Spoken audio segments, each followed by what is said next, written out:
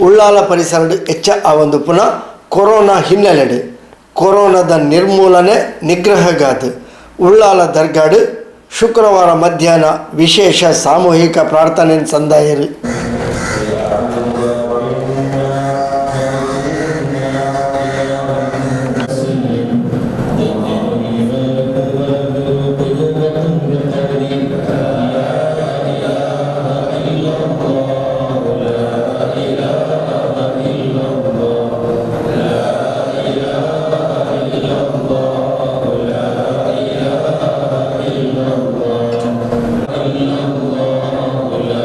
إله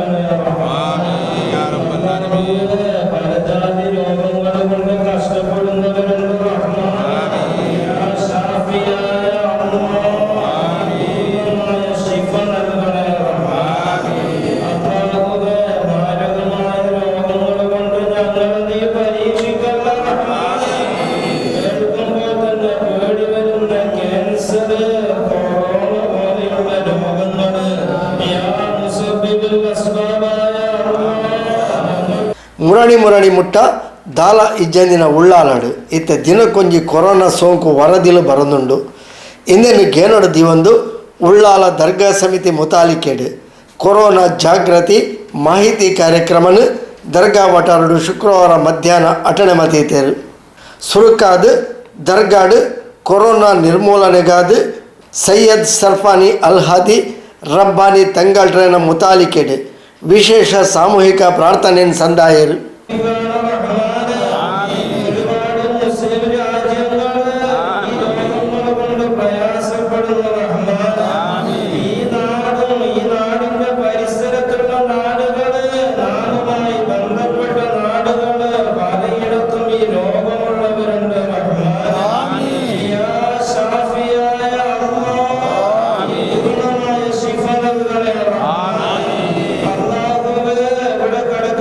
Baba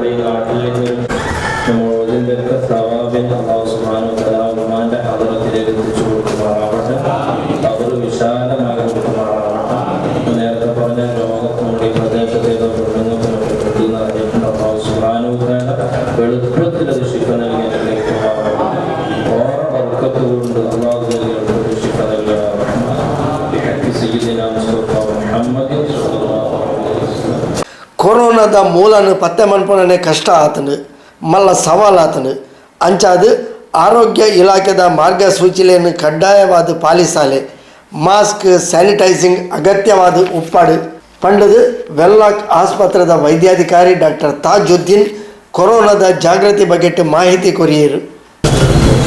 ನಿನ್ನೆ Belagavi president ಅವರು phone ಮಾಡಿದ್ರು ನನಗೆ ಒಂದು ಪ್ರೋಗ್ರಾಮ್ ಮಾಡಬೇಕು ಅಂತ ಕೋವಿಡ್ ಬಗ್ಗೆ.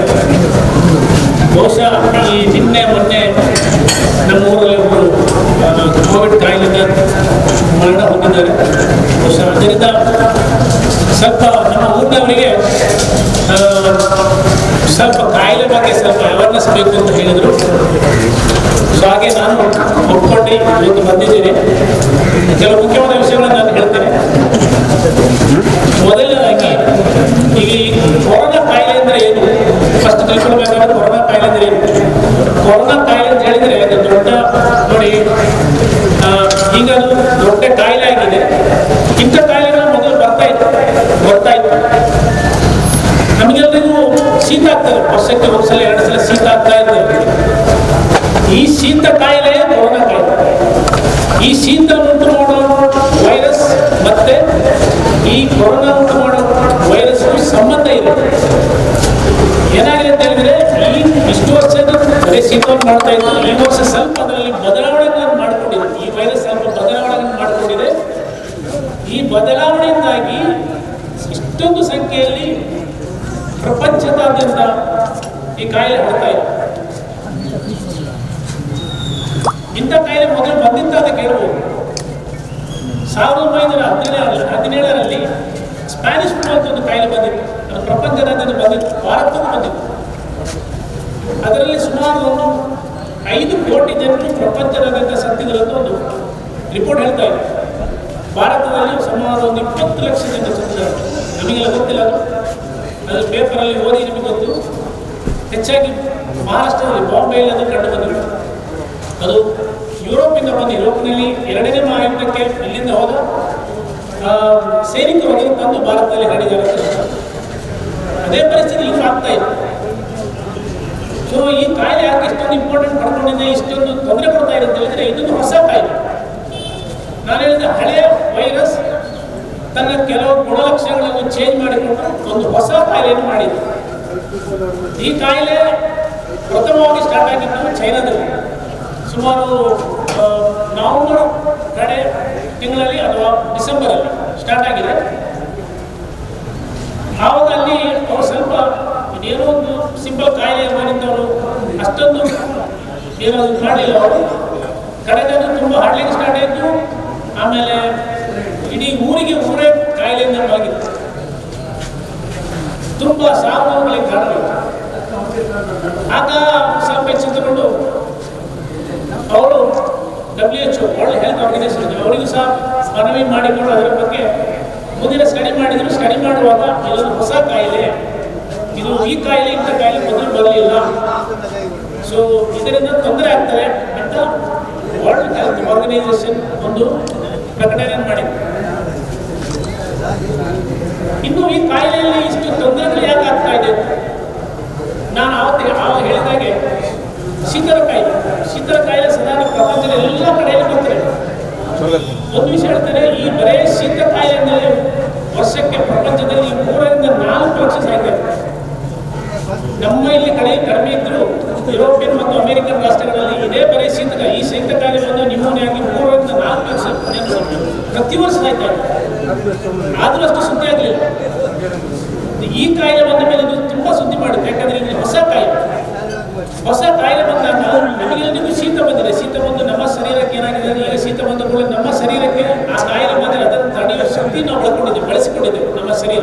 ಯಾಕಂದ್ರೆ ಅದು ಬರ್ತಾ ಇದೆ ನಮ್ಮ ಶರೀರಕ್ಕೆ. ಆ ವೈರಾಣು ಬಂದ ಕೂಡಲೇ ನಮ್ಮ ಶರೀರ ಅದನ್ನು ಗುರುತಿಸ್ತದೆ, ಮತ್ತೆ ಅದಕ್ಕೆ ಬೇಕಾದ ಆಂಟಿಬಾಡೀಸ್ ತಯಾರು ಮಾಡಿ ಅದನ್ನು ಕೊಲ್ತದೆ.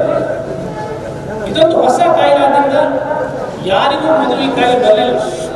ಸೊ ಯಾರ ಶರೀರದಲ್ಲೂ ರೋಗ ನಿರೋಧಕ ಶಕ್ತಿ ಇಲ್ಲ. ಸೊ ಯಾರಿಗೆಲ್ಲ ಕಾಯಿಲೆ ಬರ್ತದೆ ಅವರಿಗೂ ಫಸ್ಟ್ ಟೈಮ್ ಬರುತ್ತೆ. ಈ ಕಾಯಿಲೆ ಬಂದ ಮೇಲೆ ನಮ್ಮ ಶರೀರದಲ್ಲಿ ರೋಗ ನಿರೋಧಕ ಶಕ್ತಿ ಬರಬೇಕಷ್ಟೇ. ಸೊ ನಮ್ಮದು ಈ ಕಾಯಿಲೆ ಬಂದಾಗ ನಮ್ಮ ಶರೀರದಲ್ಲಿ ರೋಗ ನಿರೋಧಕ ಶಕ್ತಿ ಇಲ್ಲದ್ರೆ ನಮಗೆ ಯಾರಿಗೂ ಕಾಯಿಲೆ ತಡೆಯಲಿಕ್ಕೆ ಸಾಧ್ಯ ಇಲ್ಲ. ಸೊ ಇನ್ನು ಕಾಯಿಲೆ ಬಂದು ರೋಗ ನಿರೋಧಕ ಶಕ್ತಿ ಆದ ಮೇಲೆ ನಾವು ಅದರಿಂದ ಉಳಿಕೊಳ್ಬೋದು. ಸೊ ಅದೇ ಪರಿಸ್ಥಿತಿಯಲ್ಲಿ ಅದು ಹೀಗೆ ಆಗಿದೆ. ಈಗ ಅದು ಮಾತ್ರ ಅಲ್ಲ, ಈ ಕಾಯಿಲೆ ಇನ್ನೊಂದು ಗುಣ ಅಂತ ಹೇಳಿದ್ರೆ ಒಂದೇ ದಿವಸದಲ್ಲಿ ಸಾವಿರಾರು ಮಂದಿಗೆ ಒಮ್ಮೆಗೆ ಕಾಯಿಲೆ ಬರ್ಬೋದು. ಈಗ ಉಳಿದ ಕಾಯಿಲೆಗಳೆಲ್ಲ ಶೀತ ಅಂತ ಹೇಳಿದ್ರೆ ಒಂದು ಊರಲ್ಲಿ 100 ಜನಕ್ಕೆ ಇರ್ಬೋದು. ಅದು ಒಂದೇ ದಿವಸ ಬರೋದಿಲ್ಲ. ಯೋಜನೆ ಒಂದು ದಿನದಲ್ಲಿ, 2 ದಿನದಲ್ಲಿ, 3 ದಿನದಲ್ಲಿ ಅಥವಾ ಒಂದು 10 ದಿವಸದಲ್ಲಿ, 1 ತಿಂಗಳಲ್ಲಿ ಬರ್ಬೋದು. ಈ ಕಾಯಿಲೆ ಆಗಲ್ಲ, ಒಂದೇ ದಿವಸದಲ್ಲಿ ಸಾವಿರಗಟ್ಟಲೆ ಜನ. ನೀವೇನು ನೋಡ್ತಾ ಇದ್ದೀವಿ ನ್ಯೂಸಲ್ಲಿ. ಈಗ ಏನಾಗಿದೆ ಅಂದರೆ ಭಾರತದಲ್ಲಿ ಪ್ರತಿ ದಿವಸ 12ರಿಂದ 15 ಸಾವಿರ ಜನಕ್ಕೆ ಕಾಯಿಲೆ ಬರ್ತಾ ಇದೆ. ಇದು ಈ ಕಾಯಿಲೆಯ ಶಕ್ತಿ. ಈಗ ಏನಾಗ್ತದೆ ಅಂದರೆ ಈಗ ಒಂದೇ ದಿವಸದಲ್ಲಿ 15 ಸಾವಿರ ಮಂದಿಗೆ ಕಾಯಿಲೆ ಬಂದರೆ ಅದಕ್ಕೆ ಚಿಕಿತ್ಸೆ ಮಾಡೋ ವ್ಯವಸ್ಥೆ ಆಗಲಿ, ಅವರನ್ನು ನೋಡಿಕೊಳ್ಳೋ ವ್ಯವಸ್ಥೆ ಆಗಲಿ ಮಾಡಿಕೊಳ್ಳೋದು ಯಾರಿಗೂ ಕಷ್ಟ. ಈಗಾಗಲೇ 98 ಲಕ್ಷ ಜನ ಪ್ರಪಂಚದಲ್ಲಿ ಈ ಕಾಯಿಲೆಯಿಂದ ಬಾಧಿತರಾಗಿದ್ದಾರೆ. ಅದರಲ್ಲಿ ಸುಮಾರು ಆಲ್ಮೋಸ್ಟ್ 5 ಲಕ್ಷ ಜನ ತಮ್ಮ ಜೀವ ಕಳ್ಕೊಂಡಿದ್ದಾರೆ. ಸೊ ಇದರಿಂದ ನೀವು ಇದು ಬರೀ 6 ತಿಂಗಳು, ಇಷ್ಟೆಲ್ಲ ಆಗಿದ್ದು ಬರೀ 6 ತಿಂಗಳು. ನಿಮಗೆಲ್ಲ ಇದು ಗೊತ್ತು, HIV ಕಾಯಿಲೆ ಗೊತ್ತಿರ್ಬೋದು, ಏಡ್ಸ್ ಕಾಯಿಲೆ ಗೊತ್ತಿರ್ಬೋದು. ಅದು ಸ್ಟಾರ್ಟ್ ಆಗಿದೆ 1980ರಲ್ಲಿ. ಇವತ್ತಿಗೆ 40 ವರ್ಷ ಆಯಿತು. ಆ ಕಾಯಿಲೆ ಫಸ್ಟ್ ಅಮೆರಿಕದಲ್ಲಿ ಸ್ಟಾರ್ಟ್ ಆಯಿತು. ಅದು ಪ್ರಪಂಚ ಎಲ್ಲ ಕಡೆಗೆ ಅದು ಬಾಧಿಸಬೇಕಿದ್ರೆ ಅದು ಆಲ್ಮೋಸ್ಟ್ 5 ವರ್ಷದಿಂದ 10 ವರ್ಷ ಬೇಕು, 5 ವರ್ಷದಿಂದ 8 ವರ್ಷ ಬೇಕಾಗುತ್ತೆ. ಈ ಕಾಯಿಲೆ ಹಾಗೆಲ್ಲ. ಈಗ ಪ್ರತಿಯೊಂದು ಕಡೆ, ಪ್ರಪಂಚದ ಪ್ರತಿಯೊಂದು ಕಡೆಯಲ್ಲೂ 4 ತಿಂಗಳು 5 ತಿಂಗಳ ಒಳಗಡೆ ಎಲ್ಲ ಕಡೆ ಹರಡಿಕೊಂಡಿದೆ. ಸೊ ಆದ್ದರಿಂದ ಪ್ರಪಂಚದಲ್ಲಿ ತುಂಬ ಜನರು ಈ ಕಾಯಿಲೆಯಿಂದ ನರಳ್ತಾ ಇದ್ದಾರೆ, ಈ ಕಾಯಿಲೆಯಿಂದ ಬಾಧಿತರಾಗಿದ್ದಾರೆ, ಈ ಕಾಯಿಲೆಯಿಂದ ಜೀವ ಕಳ್ಕೊಂಡಿದ್ದಾರೆ. ಈಗ ನಾವೇನು ಮಾಡಬೇಕು? ಕಾಯಿಲೆ ಬಂದಾಗಿದೆ. ಈಗ ಕಾಯಿಲೆ ಬಂದಾಗಿದೆ, ಏನು ಮಾಡಲಿಕ್ಕೆ? ಕಾಯಿಲೆ ನಮ್ಮ ಊರಿಗೆ ಬಂದಿದೆ. ಮೊದಲೆಲ್ಲ ನಾವು ಹೇಳ್ತಾ ಇದ್ದೇವೆ ಅಮೆರಿಕದಲ್ಲಿ ಬಂದಿದೆ, ಯುರೋಪ್ನಲ್ಲಿ ಬಂದಿದೆ, ಅಲ್ಲಿ ಬಂದಿದೆ, ಇಲ್ಲಿ ಬಂದಿದೆ. ಆಮೇಲೆ ದೊಡ್ಡ ದೊಡ್ಡ ಸಿಟಿಗಳಲ್ಲಿ ಬೊಂಬೈಯಲ್ಲಿದೆ, ಡೆಲ್ಲಿಯಲ್ಲಿದೆ, ಈಗ ಮಂಗಳೂರಲ್ಲಿದೆ, ನಮ್ಮೂರಿಗೆ ಬಂದಿದೆ. ಸೊ ಈ ಕಾಯಿಲೆಯಿಂದ ನಮ್ಮನ್ನು ನಾವು ರಕ್ಷಿಸಬೇಕಿದ್ರೆ ನಾವು ಮುಂಜಾಗ್ರತೆ ತಗೊಳ್ಬೇಕು. ನಾವು ಸರ್ಕಾರ ಕೆಲವು ಮುಂಜಾಗ್ರತೆ ಆಲ್ರೆಡಿ ಹೇಳಿದೆ. ನೀವು ಸ್ಯಾನಿಟೈಸ್ ಮಾಡಬೇಕು, ಕೈ ಸ್ಯಾನಿಟೈಸ್ ಮಾಡಬೇಕು, ಮಾಸ್ಕ್ ಹಾಕಬೇಕು, ಜನರು ಸೇರಬಾರ್ದು. ಇದು ಸತ್ಯ. ಇದು ಮಾಡಿದರೆ ಕಾಯಿಲೆ ಬರದಾಗ ಮಾಡಬೇಕು. ಇದನ್ನು ಯಾರು ಪಾಲಿಸುವುದಿಲ್ಲ, ತೊಂದರೆಗಳಾಗ್ತವೆ. ಈಗ ಮಂಗಳೂರು ಈಗ ಅಡ್ಮಿಟ್ ಆಗಿದೆ. ಸುಮಾರು ಮೆಡ್ಲಾಕ್ ಹಾಸ್ಪಿಟಲ್ ಇವತ್ತಿನವರೆಗೆ 500 ಜನ ರೋಗಿಗಳು ಆಲ್ರೆಡಿ ಅಡ್ಮಿಟ್ ಆಗಿದ್ದಾರೆ. ಅದರಲ್ಲಿ 300 ಚಿಲ್ಲರೆ ಜನ ಡಿಸ್ಚಾರ್ಜ್ ಆಗಿ ಹೋಗಿದ್ದಾರೆ. ಇನ್ನೊಂದು 100 ಚಿಲ್ಲರೆ ಜನ ಇದ್ದಾರೆ ಹಾಸ್ಪಿಟಲಲ್ಲಿ. ಅದರಲ್ಲಿ ಒಂದು 8 ಜನ ಜೀವ ಕಳ್ಕೊಂಡಿದ್ದಾರೆ. ಇದರಲ್ಲಿ ಈ 500 ಜನರಲ್ಲಿ ಮೊದಲೆಲ್ಲ ಏನಾಗ್ತಿತ್ತು ಹೇಳಿದ್ರೆ, ಬೊಂಬೈಯಿಂದ ಬಂದವರು, ಗಲ್ಫಿಂದ ಬಂದವರು ಅವರೇ ಪಾಸಿಟಿವ್ ಬರ್ತಾ ಇದ್ರು. ಈಗ ಕೆಲವರು ಪಾಸಿಟಿವ್ ಬರ್ತಾ ಇದ್ರು. ಅವರಿಗೆ ಕಾಂಟ್ಯಾಕ್ಟ್ ಕಾಯಿಲೆ ಎಲ್ಲಿಂದ ಬಂದಿರುತ್ತಲೇ ಗೊತ್ತಿಲ್ಲ. ಅವ್ರ ಹತ್ರ ಕೇಳಿದ್ರೆ ನಾನು ಅಲ್ಲಿ ಹೋಗಲಿಲ್ಲ, ನಾನು ಇವರನ್ನು ಯಾರು ಮೀಟ್ ಆಗಲಿಲ್ಲ, ನಮ್ಮ ಮನೆಗೆ ಯಾರು ಬರಲಿಲ್ಲ, ಗೊತ್ತೇ ಇಲ್ಲ ಅವ್ರಿಗೆ ಎಲ್ಲಿಂದ ಕಾಯಿಲೆ ಬಂದಿದೆ ಅಂತ. ಅದು ನಾನು ಏನು ಯಾಕೆ ಹೇಳ್ತಾ ಇದ್ದೀನಿ ಅಂದರೆ, ಪರಿಸ್ಥಿತಿ ಈವರೆಗೆ ಬಂದಿದೆ. ನಮಗೆ ಇನ್ನೂ ಕಾಯಿಲೆ ಎಲ್ಲಿಂದ ಸಿಕ್ಕೋದು ಹೇಳೋದು ಕಷ್ಟ. ಈ ಕಾಯಿಲೆ ಬರದಾಗ ಮಾಡಬೇಕಿದ್ರೆ ಈ ಏನು ಮುಂಜಾಗ್ರತಾ ಕ್ರಮ ಇದೆ ಅದರಿಂದ ಮಾತ್ರ ಬಚಾವಾಗ್ಬೋದು. ಆದ್ದರಿಂದ ಎಲ್ಲರೂ ನಾವು ಅನಾವಶ್ಯಕವಾಗಿ ಮನೆಯಿಂದ ಹೊರಗಬೇಡ. ಅನಾವಶ್ಯಕ ಯಾವುದೇ ಕಾರಣಕ್ಕೂ ಮನೆಯಿಂದ ಹೊರಗಬೇಡ. ಅದು ಯಾರಾದರೂ ಆಗಲಿ, ಮಕ್ಕಳಾಗಲಿ, ದೊಡ್ಡವರಾಗಲಿ, ಯುವಕರಾಗಲಿ, ಯಾರಾದರೂ ಅಷ್ಟೇ. ಯಾರು ಹೊರಗೋಗಬೇಡಿ, ಎಲ್ಲಿ ಸಹ ಜನ ಸೇರಬೇಡಿ. ನಿಮಗೇನಾದರೂ ಮನೆಯಿಂದ ಹೊರಗೆ ಹೋಗಬೇಕು ಅಂದರೆ ಮಾಸ್ಕ್ ಧರಿಸಿ ಅದನ್ನು ಹಾಕ್ಕೊಳ್ಳಿ. ಅದನ್ನು ಮಾಸ್ಕ್ ಹಾಕಿ ನೀವು ಅಲ್ಲಿ ಗಡ್ಡದ ಮೇಲೆ ಇಟ್ಕೊಳ್ಬೇಡಿ. ಅದನ್ನು ಸರಿಯಾಗಿ ಪಾಲಿಸಿ. ಅದು ಹಾಕಿದರೆ, ಅದನ್ನು ಹಾಕಿಕೊಂಡಿದ್ರೆ ತುಂಬ ಉಪಯೋಗ ಇದೆ. ಕೆಲವರೆಲ್ಲ ಗಲಾಟೆ ಮಾಡ್ತಾರೆ, ನಾನು ಯಾಕೆ ಮಾಸ್ಕ್ ಹಾಕಬೇಕು, ನನಗೇನು ಕಾಯಿಲೆ ಇಲ್ಲ. ನಿಮಗೆ ಕಾಯಿಲೆ ಇಲ್ಲ, ಬೇರೆಯವರಿಗೆ ಕಾಯಿಲೆ ಇರಬಹುದು. ಆ ಬೇರೆಯವರಿಂದ ನಿಮಗೆ ಕಾಯಿಲೆ ಬರ್ಬೋದು. ಅದಕ್ಕಾಗಿ ಹಾಕ್ಕೊಳ್ಳಿ ಅಂತ ಹೇಳಿ ಹೇಳಿದ್ರೆ ಅಂತ ತಪ್ಪು ತಿಳ್ಕೊಳ್ಳೋದು. ಯಾರಾದರೂ ಹೇಳಿದರೆ ಅಂತ ಒಂದು ಅಂಗಡಿಯಲ್ಲಿ ಹೋದರೆ ಅಥವಾ ಒಂದು ಬೇರೆಲ್ಲಾದರೂ ಹೋದರೆ, ಯಾರಾದರೂ ಹಾಸ್ಪಿಟಲ್ ಹೋಗಿ ಮಾಸ್ಕ್ ಹಾಕೊಳ್ಳಿ ಅಂತ ಅಲ್ಲಿ ಗಲಾಟೆ ಮಾಡ್ತಾರೆ. ಅದು ಯಾಕೆ? ನನಗೆ ಕಾಯಿಲೆ ಇಲ್ಲಲ್ಲ, ನಮ್ಮ ಮನೆಯಲ್ಲಿ ಯಾರು ಕಾಯಿಲೆ ಇಲ್ಲ, ನಮ್ಮ ಊರಲ್ಲಿ ಯಾರಿಗೆ ಕಾಯಿಲೆ ಇಲ್ಲ. ಯಾರಿಗೆ ಕಾಯಿಲೆ ಇದೆ ಅಂತ ಈ ಸಂದರ್ಭದಲ್ಲಿ ಇವತ್ತು ಯಾರಿಗೆ ಕಾಯಿಲೆ ಇದೆ ಅಂತ ಹೇಳಲು ಯಾರಿಗೂ ಸಾಧ್ಯ ಇಲ್ಲ. ಹೆಚ್ಚಿನ ಜನರಲ್ಲಿ ಕಾಯಿಲೆ ಇದ್ದರೂ ಕಾಯಿಲೆಯ ಲಕ್ಷಣಗಳೇ ಇಲ್ಲ. ಈಗ ನಾನು ಹೇಳಿದ ಸುಮಾರು 500 ಜನ ವೆಲ್ಲಾಕಲ್ಲಿ ಅಡ್ಮಿಟ್ ಆಗಿದ್ದಾರೆ. ಈ 500 ಜನರಲ್ಲಿ ಒಂದು ಕಾಯಿಲೆಯ ಲಕ್ಷಣ ಇದ್ದವರು 15% ಮಾತ್ರ, 10-15% ಮಾತ್ರ. ಉಳಿದವರಿಗೆ ಕಾಯಿಲೆಯ ಲಕ್ಷಣಗಳೇ ಇಲ್ಲ. ಮತ್ತು ಅವರು ಯಾಕೆ ಪಾಸಿಟಿವ್ ಬಂದರು? ಅವರೆಲ್ಲ ಹೊರಗಿನ ಬಂದವರು, ಈಗ ಗಲ್ಫಿನ ಬಂದವರು, ಬೊಂಬೆಯಿಂದ ಬಂದವರು. ಅವರನ್ನು ಒಂದು ಇದರ ಮೇಲೆ ಟೆಸ್ಟ್ ಮಾಡಿಸಿ, ಬಂದಾಗ ಟೆಸ್ಟ್ ಮಾಡಿದಾಗ ಗೊತ್ತಾಯಿತು ಅವರಿಗೆ ಯಾವುದೇ ಕಾಯಿಲೆ ಇದೆ. ಸೊ ಆದ್ದರಿಂದ ನಮ್ಮ ಹೊರಗಿನಲ್ಲಿ ಯಾರೆಲ್ಲ ಇದ್ದಾರೆ ಅವರಿಗೆ ಯಾರಿಗೆಲ್ಲ ಅವರಿಗೆ ಕಾಯಿಲೆ ಇದೆ, ಯಾರಿಗೆ ಕಾಯಿಲೆ ಇಲ್ಲ ಅಂತ ಹೇಳೋದು ಕಷ್ಟ. ಆದ್ದರಿಂದ ನಿಮ್ಮ ಸುರಕ್ಷೆಗಾಗಿ ಎಲ್ಲ ವ್ಯವಸ್ಥೆ ಸರ್ಕಾರ ಏನು ಹೇಳಿದೆ ಅದನ್ನು ಪಾಲಿಸಿ. ಅವಶ್ಯ ಇದ್ದರೆ ಮಾತ್ರ ಅವರು ಕೆಲವರು ಉದ್ಯೋಗಕ್ಕಾಗಿ ಹೋಗಲೇಬೇಕಾಗ್ತದೆ, ಹೋಗಲೇಬೇಕಾಗ್ತದೆ. ನೀವು ಉದ್ಯೋಗಕ್ಕೆ ಹೋಗುವಾಗ ಕೆಲಸ ಮಾಡಿ, ಅಲ್ಲಿ ಕೆಲಸ ಮಾಡೋ ಸ್ಥಳದಲ್ಲಿ ಯಾರಿಗೂ ಇದು ಶೇಕ್ ಹ್ಯಾಂಡ್ ಮಾಡೋದಾಗಲಿ, ಹತ್ರ ನಿಂತು ಮಾತಾಡೋದಾಗಲಿ ಮಾಡಬೇಡಿ. ಅಟ್ಲೀಸ್ಟ್ 1-1.5 ಮೀಟರ್ ಇದು ಅಂತರ ಇಟ್ಕೊಳ್ಳಿ ಮಾತಾಡುವಾಗ. ಅದು ಶೇಕ್ ಹ್ಯಾಂಡ್ ಆಗಿ ಮಾತಾಡಬೇಡಿ. ಪ್ರತಿ ಸಂದರ್ಭದಲ್ಲಿ ಮಾಸ್ಕ್ ಹಾಕಿ, ಒಳ್ಳೆ ಮಾಸ್ಕ್ ಹಾಕಿದ್ರೆ ಒಳ್ಳೇದು. ಈ ಕೆಲವರೆಲ್ಲ ಸುಮ್ಮನೆ ಹೀಗೆ ಟವಲ್ ಕಟ್ಟಿದ್ರು ಓಕೆ, ಬಟ್ ಅಷ್ಟು ಒಳ್ಳೇದಲ್ಲ. ಒಳ್ಳೆ ಮಾಸ್ಕ್ ಹಾಕಿ, ಯಾಕಂದರೆ ತುಂಬ ಜನ ಸೇವೆ. ಆಮೇಲೆ ಅಲ್ಲಿಂದ ಮನೆಯಿಂದ ಬಂದ ಕೂಡಲೇ ನಿಮ್ಮ ಮನೆಗೆ ಹೋಗೋ ಮೊದಲು, ಮನೆಗೆ ಎಂಟ್ರ್ ಆಗೋ ಮೊದಲು ನೀವು ಏನು ಬಟ್ಟೆ ಹಾಕಿದಿರಿ ಅದನ್ನೆಲ್ಲ ತೆಗೆದು ಒಂದು ಬಕೆಟಲ್ಲಿ ಬಿಸಿ ನೀರು ಹಾಕಿ, ಅದಕ್ಕೆ ಸೋಪ್ ಏನಾದರೂ ಸರ್ಫ್ ಪೌಡರ್ ಏನಾದರೂ ಹಾಕಿ ಅದನ್ನಿಟ್ಕೊಳ್ಳಿ. ಅದು ಮನೆ ಹೊರಗಡೆ ಇಟ್ಟು ಅದರಲ್ಲಿ ಮುಳುಗಿಸಿ, ಮತ್ತೆ ನಿಮ್ಮ ಮನೆಯಲ್ಲಿ ಬಾತ್ರೂಮ್ ಹೋಗಿ ಬಿಸಿ ನೀರಲ್ಲಿ ಸ್ನಾನ ಮಾಡಿ, ಆಮೇಲೆ ಮನೆ ಒಳಗೆ ಬರಬೇಕು. ಇದು ಯಾಕೆಂತ ಹೇಳಿದ್ರೆ, ಈಗ ಇಲ್ಲಿನ ಕೆಲವರು ಈಗ ಬಂದರ ಕಡೆಗೆ ಉದ್ಯೋಗ ಹೋಗ್ತಾ ಇದ್ದಾರೆ ಮೀನು, ಅಲ್ಲಿ ಆಲ್ರೆಡಿ ಅಲ್ಲಿ ಪೇಷಂಟ್ಗಳಿದ್ದಾರೆ, ಜೊತೆಗೆ ಬಂದ್ ಮಾಡಿದ್ದಾರೆ, ಬಂದ್ ಮಾಡಿದ್ದಾರೆ. ಇದಿನ್ನೂ ಈ ಕಾಯಿಲೆ ಇನ್ನೂ ಸದ್ಯಕ್ಕೆ ಇನ್ನೂ ಕಮ್ಮಿ ಆಗೋದಿಲ್ಲ. ಇನ್ನೂ 3 ತಿಂಗಳು ಕಾಯಿಲೆ ಜಾಸ್ತಿ ಆಗ್ತದೆ. ಇನ್ನೂ 3 ತಿಂಗಳು, ಜುಲೈ, ಆಗಸ್ಟ್, ಸೆಪ್ಟೆಂಬರಲ್ಲಿ ಸರ್ಕಾರದ ಪ್ರೊಜೆಕ್ಷನ್ ಪ್ರಕಾರ ಇನ್ನೂ 3 ತಿಂಗಳು ಕಾಯಿಲೆ ಜಾಸ್ತಿ ಆಗ್ತದೆ. ಸೊ ಆದ್ದರಿಂದ ಎಲ್ಲೆಲ್ಲ ಕಾಯಿಲೆ, ಯಾರಿಗೆಲ್ಲ ಕಾಯಿಲೆ ಬರ್ತದೆ ಅದು ಹೇಳೋದೇ ಕಷ್ಟ. ಸೊ ಆದ್ದರಿಂದ ನಮ್ಮನ್ನು ನಾವು ರಕ್ಷಿಸಿಕೊಳ್ಳೋದು ಒಂದೇ. ನಮ್ಮ ರಕ್ಷಣೆ ಮಾಡಲಿಕ್ಕೆ ಏನೇನೆಲ್ಲ ಸರ್ಕಾರ ನಮಗೆ ಒಂದು ಹೇಳಿದ ಅದನ್ನು ಮಾಡಿಕೊಳ್ಳೋದು. ಇಲ್ಲದಿದ್ದರೆ ಈ ಕಾಯಿಲೆಯಿಂದ ತೊಂದರೆ ಆಗೋದು ಖಂಡಿತ. ಆಮೇಲೆ ವಯಸ್ಸಾದವರು, ಹಾರ್ಟ್ ಕಾಯಿಲೆ ಇರೋರು, ಶುಗರ್ ಇರೋರು, ಕಿಡ್ನಿ ಕಾಯಿಲೆ ಇರೋರು, ಆಮೇಲೆ ಉಬ್ಬಸ ಕಾಯಿಲೆ ಇರೋರು ಪ್ರತ್ಯೇಕವಾಗಿ ಸ್ವಲ್ಪ ಜಾಗ್ರತೆ ಮಾಡಿಕೊಳ್ಳಿ. ಹೆಚ್ಚಿನ ತೊಂದರೆ ಆಗಿದ್ದು, ಹೆಚ್ಚಿನ ಜೀವ ಕಳ್ಕೊಂಡವರು ಇಂಥ ಏನಾದರೂ ಕಾಯಿಲೆ ಇದ್ದವರು. ಆದ್ದರಿಂದ ನೀವು ಹೊರಗೆ ಹೋಗೋದು ಆದಷ್ಟು ಕಮ್ಮಿ ಮಾಡಿ, ಹೊರಗೆ ಹೋಗಬೇಡಿ. ಅಥವಾ ಹೋಗಬೇಕು ಅಂತಂದರೆ ನೀವು ಬೇಕಾದ ನಿಮ್ಮ ಪರ್ಸನಲ್ ಪ್ರೊಟೆಕ್ಷನ್ ಎಲ್ಲ ಮಾಡಿಕೊಂಡೇ ಹೋಗಬೇಕು. ಸುಮ್ಮನೆ ಕಾಯಿಲೆ ತುತ್ತಾಗಿ ತೊಂದರೆ ಆಗ್ತದೆ. ಒಂದು ಸಲ ಕಾಯಿಲೆ ಬಂದು ಏನಾದರೂ ತೊಂದರೆ ಆದರೆ ICU ಹೋದರೆ ಮತ್ತೇನೊಂದು ಹೇಳ್ತಾರೆ, ಈಗ 100 ಜನರಿಗೆ ಕಾಯಿಲೆ ಬಂದರೆ ಸಾಧಾರಣ 80-85% ಏನು ತೊಂದರೆ ಆಗೋದಿಲ್ಲ.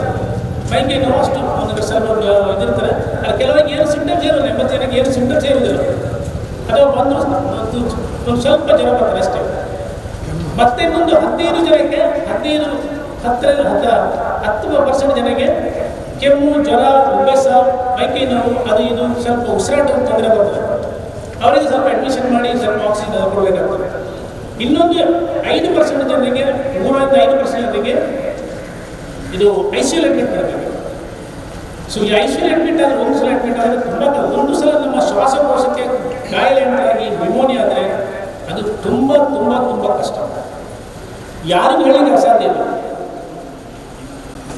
ಇದು ನೋಡಿದ ಅನುಮಾನ ಹೇಳ್ತಾ ಇದ್ದೇನೆ.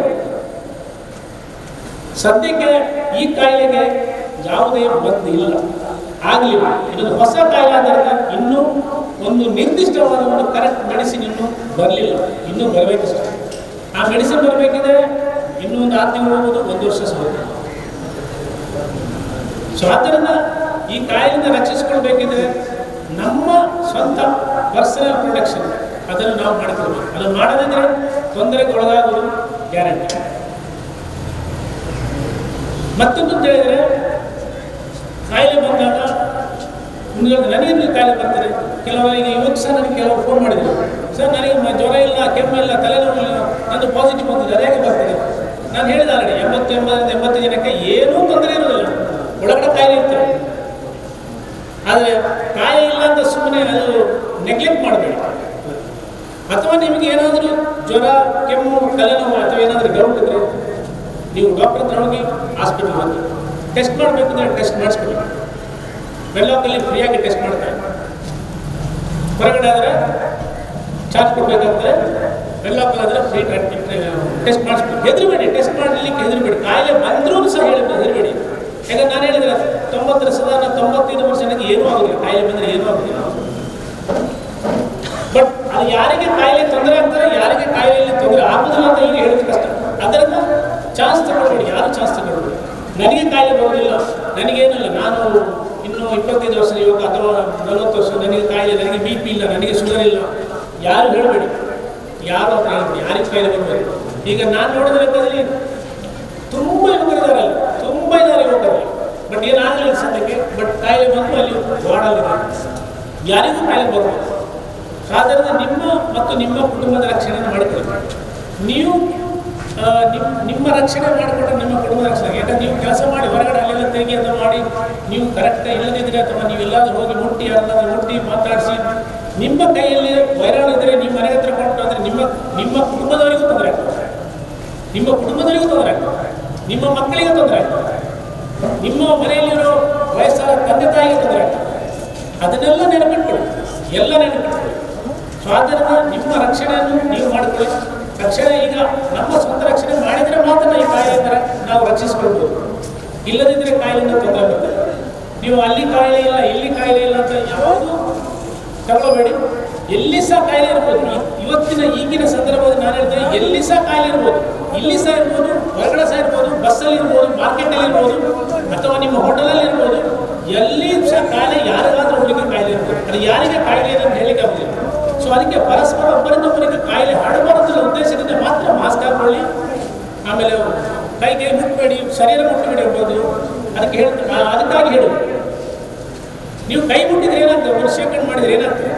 ಒಬ್ಬ ಏನು ಮಾಡ್ತಾರೆ ಅಂದರೆ ಸೀನ್ತಾನೆ, ಅಕ್ಷಿಂತ ಸೀನ ಕೈಗೆ ಹಿಡಿತಾನೆ, ಅವನಿಗೆ ಕಾಯಿಲೆ ಇಲ್ಲ.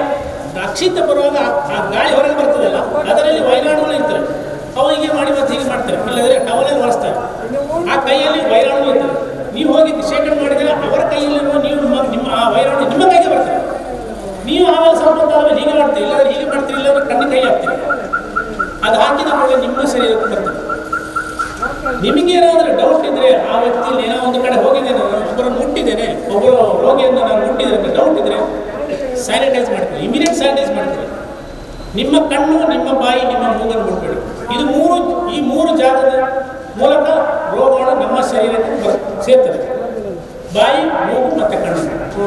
ಹಾಗೇನಾದರೂ ಡೌಟ್ ಇದ್ದರೆ, ಯಾರಾದರೂ ಮುಟ್ಟಿದ್ರೆ ಅಥವಾ ಹೊರಗೆ ಬಂದರೆ ಸ್ಯಾನಿಟೈಸ್ ಮಾಡಿಕೊಳ್ಳಿ. ಮುಟ್ಟ ಮೊದಲು ಸ್ಯಾನಿಟೈಸ್, ಆಮೇಲೆ ಸೋಪ್ ಹಾಕಿ ಒಂದು ಅರ್ಧ ನಿಮಿಷ ಸರಿಯಾಗಿ ತೊಗೊಳ್ಳಿ. ಇಷ್ಟು ಮಾಡಿದರೆ ಕಾಯಿಲೆಯನ್ನು ತಡೆಯಬಹುದು. ಆಮೇಲೆ ಇನ್ನೆಲ್ಲ ಡೌಟ್ ಇರಬಹುದು. ಆಮೇಲೆ ನೋಡಿ, ಹೌದು, ಮೂಗು ಕವರ್ ಮಾಡಲೇಬೇಕು. ಯಾಕಂದ್ರೆ ನಾವು ಗಾಳಿ ಬಿಡೋದು ಮೂಗಲ್ಲಿ, ನಾವು ಗಾಳಿ ಬಿಟ್ಟ ಗಾಳಿಯಿಂದ ನಾವು ಮೂಗಲ್ಲಿ ಬಿಟ್ಟ ಗಾಳಿ ಏನಾಗ್ತಂದ್ರೆ, ನಾವು ಇದು ಗಾಳಿ ಬಿಟ್ಟರೆ ಅದು ಸದಾ ಒಂದು ಮೀಟರ್ ತನಕ ಹೋಗ್ತಾರೆ, ಆಮೇಲೆ ಅದು ಕೆಳಗೆ ಬೀಳ್ತಾರೆ. ಆದರೆ ಆ ಮೂಗು ಬಿಡೋ ಗಾಳಿ, ಮೂಗಿನ ಬಿಡೋ ಗಾಳಿಯಲ್ಲಿ ವೈರಸ್ ಇರ್ತಾರೆ, ಆಮೇಲೆ ಅದು ಕೆಳಗೆ ಬೀಳ್ತಾರೆ. ನಾವು 1 ಮೀಟರ್ಗಿಂತ ಹತ್ತಿರ ಒಟ್ಟೊಟ್ಟಿಗಿದ್ದರೆ ನಮ್ಮ ಶರೀರಕ್ಕೆ ಬರ್ಬೋದು, ನಮ್ಮ ಮುಖಕ್ಕೂ ಬರ್ಬೋದು, ನಮ್ಮ ಬಾಯಿಗೆ ಸಹ ಇರ್ಬೋದು. ಸಾಧಾರಣ ಅಟ್ಲೀಸ್ಟ್ 1-1.5 ಮೀಟರ್ ಒಂದು ಡಿಸ್ಟೆನ್ಸ್ ಇಟ್ಕೊಳ್ಳಿ ಅಂತ ಹೇಳಿ.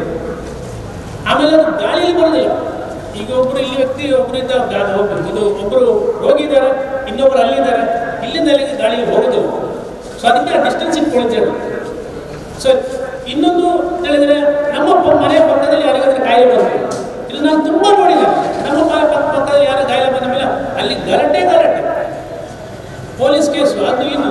ಇನ್ನೊಂದು ಮನೆಯಲ್ಲಿ ಕಾಯಿಲೆ ಬಂದರೆ ನಿಮ್ಮ ಮನೆಗೆ ಕಾಯಿಲೆ ಬರುವುದಿಲ್ಲ, ನೀವು ಅವರ ಮನೆಗೆ ಹೋಗಬೇಡಿ, ಅವರು ನಿಮ್ಮ ಮನೆಗೆ ಬರಬೇಡಿ ಅಷ್ಟೇ.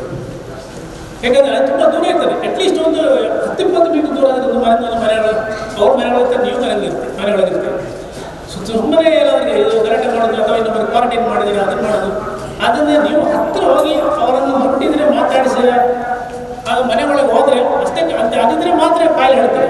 ಸುಮ್ಮನೆ ನಿಮ್ಮ ಪಕ್ಕದಲ್ಲಿ ಮನೆ ಇದ್ದರೆ ಏನಾದರೂ ಕಾಯಿಲೆ ಹರಡೋದಿಲ್ಲ, ಅಥವಾ ನಿಮ್ಮ ಮನೆ ಪಕ್ಕದಲ್ಲಿ ಕ್ವಾರಂಟೈನ್ ಮಾಡಿದ್ರೆ ಕಾಯಿಲೆ ಹರಡೋದಿಲ್ಲ. ಇಂಥ ತಪ್ಪು ಕಲ್ಪನೆಗಳಿಗೆ ಯಾವುದೇ ಆಸ್ಪತ್ರೆ ಕೊಡಬೇಡಿ, ತಪ್ಪು ಕಲ್ಪನೆಯಲ್ಲಿ ಯಾವುದೇ ಆಸ್ಪತ್ರೆ ಕೊಡಬೇಡಿ. ಮತ್ತು ಇನ್ನೊಂದು ಹೇಳಿದರೆ ಯಾವುದೆಲ್ಲ ವಾಟ್ಸಪ್ಪಲ್ಲಿ ಬರೋದು ನಂಬೇಡಿ, ಎಲ್ಲ ತಪ್ಪು. ವಾಟ್ಸಪ್ಪಲ್ಲಿ ಬಂದು ನಂಬೇಡಿ, ಅದೆಲ್ಲ ತಪ್ಪು. ಮೊನ್ನೆ ಒಂದು ನೋಡಿ ವೆನ್ಲಾಕ್ ಆಸ್ಪತ್ರೆ ಮೇಲೆ ಒಂದು ವಿಡಿಯೋ ಬಂದಿತ್ತು. ಅದು 100%. ನಾನು ಅಲ್ಲಿ ಮೂರು ತಿಂಗಳಿಂದ ಕೆಲಸ ಮಾಡ್ತೇವೆ. ಈಗ ಹಾಸ್ಪಿಟಲ್ ಸ್ಟಾರ್ಟ್ ಆಗಿ 3 ತಿಂಗಳ ನಾವು ಕೆಲಸ ಮಾಡ್ತೇವೆ. ಅದು 100% ತಪ್ಪು.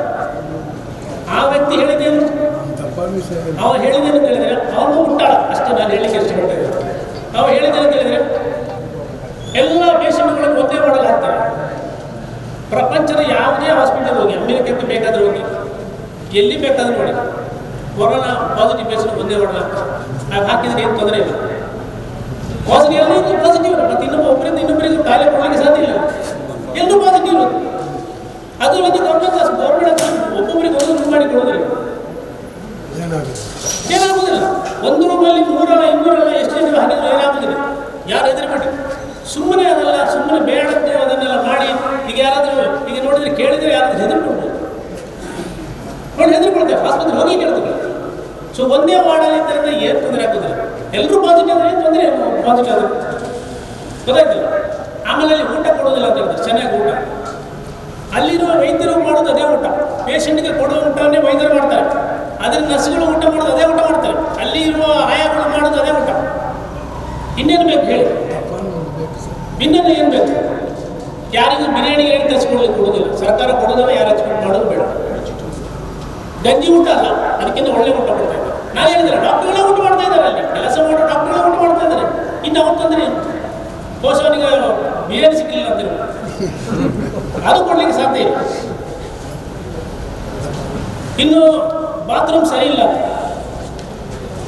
ನಿಮ್ಮ ಮನೆಯಲ್ಲಿ ಬಾತ್ರೂಮ್ ಹೇಗಿದೆ ಹೇಳಿ? ಏನು ಮಾಡ್ತೀರಿ? ಯೂಸ್ ಮಾಡಿದ್ಕೊಳ್ಳಿ, ಏನು ಮಾಡ್ತೀರಿ? ನಮ್ಮ ಮನೆ ಬಾತ್ರೂಮ್ ಹೇಗಿರ್ತಾರೆ? ವಾಸನೆ ಬರ್ತದ? ಮೂತ್ರ ಮಾಡಿದ್ದು ಮಲ ಮಾಡಿದಿರ್ತಾರೆ? ಇಲ್ಲಲ್ಲ. ಏನು ಮಾಡ್ತೀನಿ ನಾವು? ವಾಶ್ ಮಾಡ್ತೇವೆ. ಪೇಷಂಟ್ಗಳು ವಾಶ್ ಮಾಡಬೇಕು, ಎಲ್ಲವನ್ನು ಮಾಡಿಕೊಡ್ಬೇಕು ಅಂತ ಹೇಳಿದರೆ ಅದು ತಪ್ಪಲ್ವಾ? ನಾವೇ ಮೂತ್ರ ಮಾಡಿ ಕ್ಲೀನ್ ಮಾಡೋದಿದ್ರೆ ಅದು ನಮ್ಮ ತಪ್ಪಲ್ಲ. ನೋಡಿ, ಕೊರೋನಾ ವಾರ್ಡಲ್ಲಿ ಇರುವ ಪೇಷಂಟ್ಗಳನ್ನು ಅಲ್ಲೇ ಯಾರು ಇರುವುದಿಲ್ಲ, ವೈದ್ಯರಾಗಲಿ ಸಿಸ್ಟರ್ಗಳಾಗಲಿ ಮತ್ತು ವಾರ್ಡ್ ವೈಸ್ ಅವಲ್ಲಿ ಇರುವುದಿಲ್ಲ. ಅದು ತಪ್ಪು, ತೊಂದರೆ. ಅವರು ಇರಬಾರ್ದಲ್ಲಿ 6 ಗಂಟೆಗಿಂತ ಹೆಚ್ಚು ಇದ್ದರೆ ತೊಂದರೆ ಅವರಿಗೆ, ಕಾಯಿಲೆ ಅವರಿಗೆ ಬರ್ಬೋದು.